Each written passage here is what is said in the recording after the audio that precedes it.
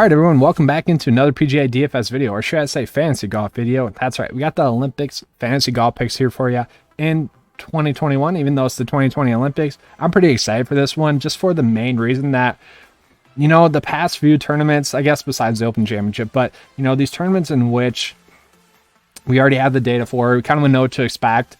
It takes a little bit of the fun out of it. Part of the fun I've always found in like DFS is like really doing the deep dives, which obviously for this tournament we had to do, had to find the course, kind of what the comp course is, what the key stats are going to be, course designer and whatnot. It's a lot of fun to go ahead and do that and then kind of research some players that, you know, I actually haven't even heard of. So that's what makes like tournaments like this fun. It's fun to do the deep dives, but I'm looking forward to that. One quick thing I want to ask you guys about is kind of behind the scenes, behind the curtain a little bit, if you will. NFL season's coming right around the corner. As you guys know, or some of you guys don't, 9to5 started out actually as Sit Start Polls, a fantasy football content group there, and really started to do live videos for preseason NFL DFS. That was kind of the big hit. That's what started all of this. This video, or this channel, has really grown into really just fantasy golf coverage, and I kind of want to know your guys' thoughts on this. Do you think I should just start a whole new YouTube channel specifically for fantasy golf or for fantasy football, and this one would just be, you know, 9to5 sports golf or something like that? Working on the name, but have two separate channels specifically for each sport, or we can just go all in and do like 8 videos a week, one for golf and one for football. Just kind of want to know your guys' thoughts on that. Kind of the reason why I'm asking is because the YouTube algorithm really promotes one sport specifically, or if you really go good on both of them, you get a lot of views on both. It'll kind of skew it both ways. I guess it's really, do I want to restart a whole new channel, just knowing that this 9to5 golf channel is going to stay very solid and it's going to continue to grow at a rapid rate because YouTube's going to continue to suggest it, and eventually that's what the football content will be. And I'm really asking what you guys would rather want. Would you rather have 2 separate channels, or would you rather just have it on one? So let me know in the comment section below. I do appreciate that. But now we are going to get into the Olympics picks. I'm pretty excited for this one, as you guys know. Let's get into it right now. All right, guys, so let's get into the tournament preview here for the Olympics. Now, this is going to be a tournament in which, you know, we don't have all the stats to go off of, so it's going to be fun. We're going to be looking at some narratives. So we'll start off with Hideki. So Hideki has actually won at this course twice as an amateur, I think in 2010 and 2009. Then we also have another Japanese player playing in this tournament. Then we also have Siwoo Kim and Sung Jae Im playing in this. Obviously, you guys have probably heard the story by now, but if they win a medal, they're exempt from their 2-year mandatory military service, so that'll be pretty interesting. It'll be interesting to see, too, if they are in medal contention, let's say 4th, 5th, or 6th place, maybe, you know, just right on the bubble there, if some of the other players in the tournament will kind of just let them get there, you know, give off a couple of strokes. And wouldn't it be something if Captain America, Patrick Reed, was that player to do that? You know, that would really change his whole appeal, I think, as a player. If he was in 3rd place and Siwoo Kim or Sung Jae Im were in 4th place and Patrick Reed's like,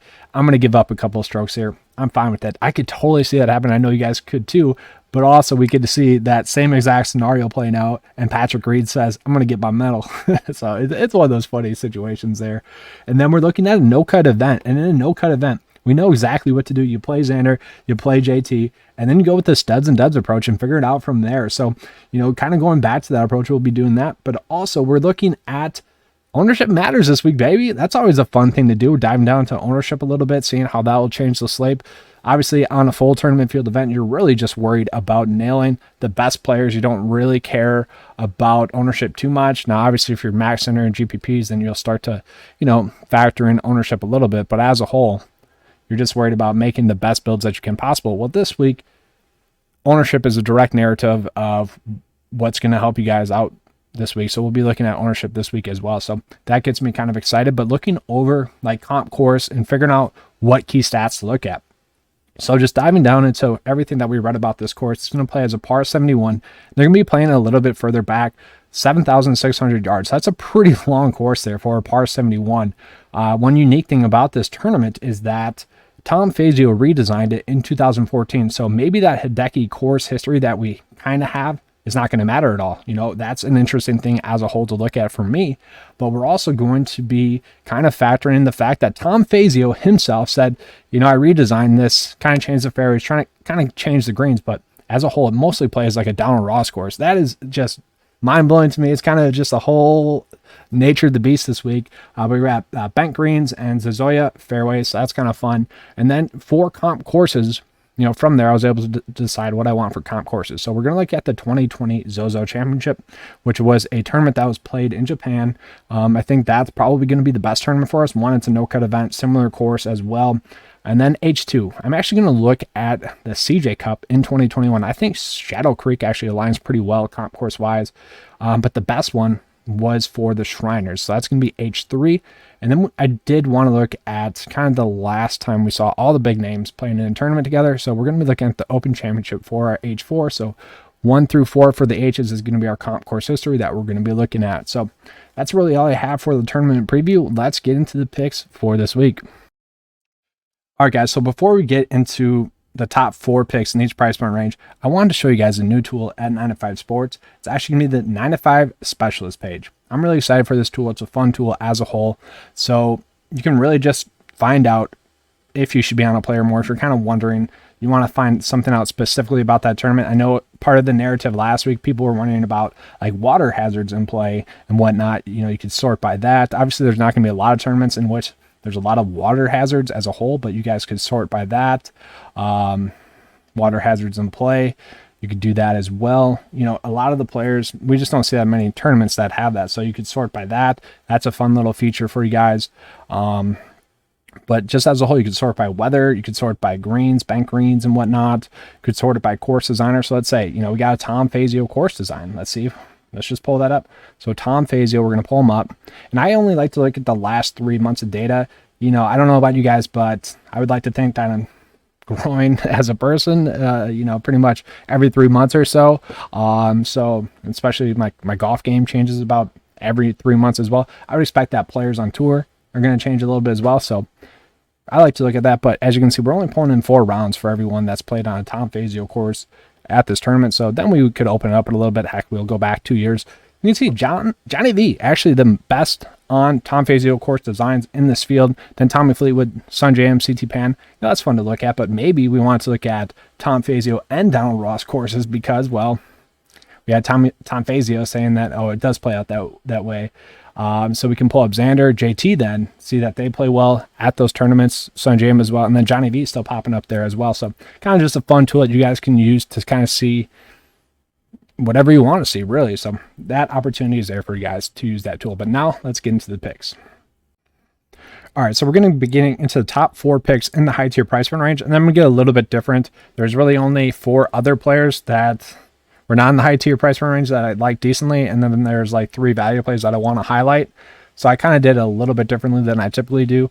But just starting off, I will say I love Colin Morikawa's pick, ranked 2nd best in the model. We love that. And I also want to point out, projected cut percentage doesn't matter this week because there's no cut. That's what it'd be if there was a full tournament field event. Want to throw that out there. Key stat wise though, we're looking at world rank. Just want to throw that in there because we have a lot of kind of unknown players in this tournament. Want to look at that.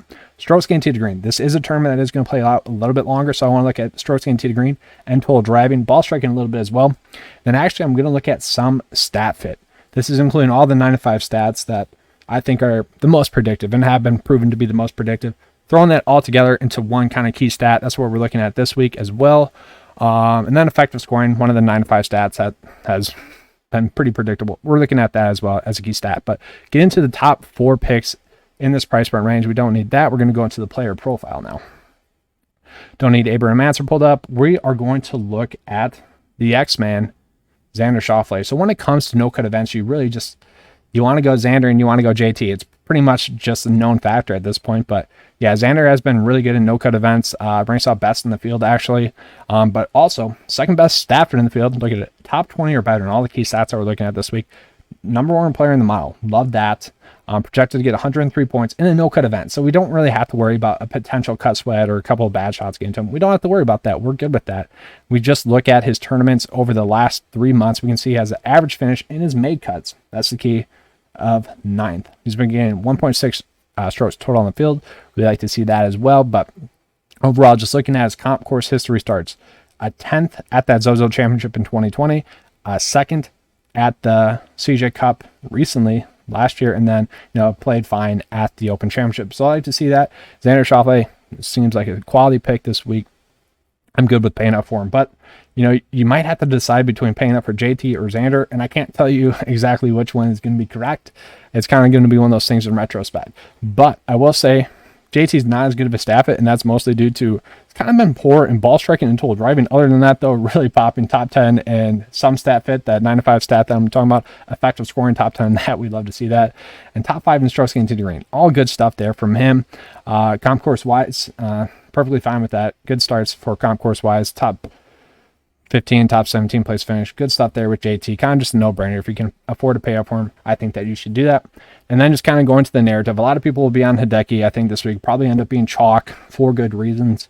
He played well at the Zozo Championship at that tournament that was in Japan most recently. We liked that. Played well at Shadow Creek. He's coming off of a miscut at the Shriners, comp course-wise, whatever there. Hasn't really been playing all too well since the win at the Masters, but kind of just grinding it out. I'm fine with that. He's going to be the one player that has some sort of comp course history here. Like I said, won his amateur events here in like 2010 and 29. We like that. But also top 10 staff hit, top 13 in the model. Lots of narrative there with him. Don't mind him as a pick. And then staying with the narrative street, I actually do really like Sungjae Im, both because of price point, narrative, but also just overall quality pick here. 7th best staff in the field, top 8 in the model. Played well also at that Zozo Championship in 2020. Didn't play well at the CJ Cup 45th place finish. Once again, that was a no-cut event. That's what we're looking at, but did play well at the Shriners. So comp course history-wise, 2 out of 3 good starts there. We'd like to see that. Strokes gained tee to green could be a little bit better, but everything else is looking pretty good staff fit-wise. Has been playing better as of recent. He skipped the Open Championship to prepare for this event, guys. This is a big deal for him. It's a big deal for everyone, I think. Cheering for Sungjae Im, they want to see him play well. I'm rooting for him, and I think just that extra time to mentally focus in on this event. We know Sungjae Im's a grinder. He doesn't take events off, so be very interesting to see him go out and play well at this tournament. I'm expecting it. $9K. It's a great price point for him this week and for us this week. So really, after Sungjae, there's going to be a huge drop off, I feel like. Now, I do really like Corey Connors here. Corey Connors, to me, I guess it's kind of a standout play at 8.8. That feels like a great price point. That seems like a value price point for us this week. Looking at that comp course history, a 6th at that Zozo Championship in 2020 that we like to look at. Didn't play that well at the no-cut event at Shadow Creek. That's fine. But he played well at the last major. He's been playing some great golf. We can see he's also a great stat hit. Top 36 or better in all the key stats that we're looking at this week. Corey Connors, to me, makes a bunch of sense. And the one thing I do want to highlight about kind of a no-cut event and kind of why they're more difficult to really break down is that a lot of times it's just a free paycheck. And if a player doesn't have it going that week, they treat it as such. A lot of players will grind out a top 10 finish at a no-cut event, or they just, if they don't have it going, it's just a free paycheck for them. So with this being a no-cut event at the Olympics, I do expect everyone to be gearing up to play well. So, I don't think we have to exactly worry about that this week, but, that is going to be there still a little bit. 7th best player in the model. I do really like Corey Connors this week as a play. And then normally I like to highlight a player or 4 players in each price point tier. We don't exactly have that this week, guys. So going to dip down into Siwoo Kim as a pick. Siwoo Kim as a pick is kind of standing out to me as well. Has that good comp course history as well. 4th best in the field. That's pretty solid. 25th in recent form rank. The thing with Siwoo Kim is that you kind of know early on what you're going to get from him. But much like Sungjae Im, he has a meaningful tournament this week. I expect him to be geared up. I expect him to be focusing in on each and every shot. With that, I expect him to be a quality pick. We look at his stat fit. He's a top 20 in the field. We like that. Nothing really elite, but nothing too alarming to suggest that he's going to be horrible. At 7.8 to get a top 15 play in the 9 to 5 model, that's a pretty good thing, especially in a no-cut event where, he's going to be scoring. We know that. It's just a matter of can he eliminate his mistakes. From there, I imagine Johnny V is going to end up being chalky because I just don't see how he doesn't become chalky. World rank, he's getting knocked there a little bit, but, whatever. He's been playing great golf, 8 straight make cuts in a row. Really, I don't want to say he choked away the 3M Open, but the opportunities were there for him to win still. A 2nd place finish there. We like that. 11th at the John Deere Classic. I already pulled him up there on the specialist page. You guys know he was popping up there as well. Tom Fazio course designs. Just been playing well. Doesn't have any comp course history, so he has no history there. But stat rank, top 15. Recent form rank, top 4. ranks out as the 8th best player in the 9 to 5 model. That is really great. At 7.4, it's going to be tough to pass up on. I just hope he's not too chalky, because if he isn't, we're going to load up on that and kind of go big on him. And then Mito as well. So I really think he's going to be a solid pick this week. Now, we don't have that much data off of him, but we know that he's been playing well recently. A 6th and a 5th place finish in his most recent events. Typically with players like him, it takes them a little bit to adjust from either the Corn Ferry Tour or sometimes the European Tour. Seems like he's adjusted well. Great price point for a guy that we already know can go on and score. We don't exactly know how this tournament's going to play out, but we know for a fact that he can go on and score. And if it becomes a scoring tournament, he's going to be a guy that we look to target. Still top 15 in the mile, 7.2. That's a great price point for him. And then from there, we kind of get into the quote-unquote low-tier plays.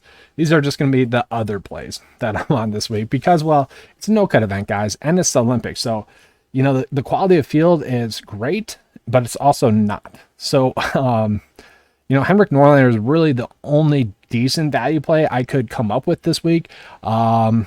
You know, concourse history has one start, which was made cut at the Shriners this year. That's fine. Effective scoring, not that good. World rank, not that good either.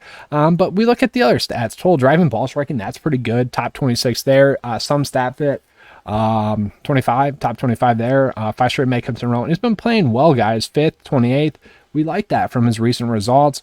Overall, you know, top 25 and everything that we're looking at this week. Overall, top 20 playing the model. You know, if you're playing someone as a value pick, which you probably have to do because we know the lineup path is going to be doing studs and duds. You know, Henrik Norlander, if he gets you a top, really 50% finish, you love that. That is great. But I could see him finishing up top 20. Honestly, if it wasn't a longer track, then I'd be all in on Henrik Norlander. The fact that it's kind of a longer track makes me a little bit worried about him as a pick, but overall, should be a quality value pick at that price point range. And then we're going to get into some kind of no names. And I'm not even going to try to butcher their names, okay? But this guy, just looking them up, he's made 9 out of 11 cuts on the European Tour. Has had some decent starts over there as well. But if you look further back, he has played on the Japan Tour. So he's going to be familiar with these types of courses as well. That's kind of where most of his success career-wise had come from. You look at his most recent starts, he has shown some upside. I think it was like 3 out of his past 10 starts had been top 10 finishes on the European Tour. But hey, in the value tier range, in a no-cut event, you're just really looking for a player that's going to give you guys that upside. I think he does that for us this week. All right, guys, so the last player that I'm going to pull up here is actually going to be Carl. I'm not going to butcher the last name. I apologize. We can see where he's from. You know, went to college in the United States, but he's from China. Turned pro in 2018. You know, that's nice. We can see he's been playing very well on the Corn Ferry Tour, though. One thing that I like to see is that he is good in driving distance. The rest of the key stats from the Corn Ferry Tour are not that great from him. But really what we're banking on from him at his price points on DraftKings is really the fact that, you know, we want to get a top 50 finish from him. If he drives the ball well, distance-wise, you know, that could be an advantage for him. We look at some of his starts recently. We can see he has been playing some pretty solid golf over his recent starts. The upside has been there from him. Really just looking for him to have a solid week. If you're doing studs and duds approach, he might be a name that you might want to look to this week. All right, that is all I have for you guys for the picks and previews video. I will be doing the core plays video as well as the fades video combined. Just kind of got to do into 2 smaller player pool. That's kind of just the week that we have. But if you guys enjoyed this video, please give me a like and subscribe. I do appreciate that. If you guys want to join 9 to 5 Nation, click the link in the description below. It's $10 a month, best value in PGA DFS. Oh, we got that preseason coming up as well for NFL. Let me know what you guys like about that. Got that content coming for you as well next week. All right, thanks for watching, guys, and as always, let's keep cashing.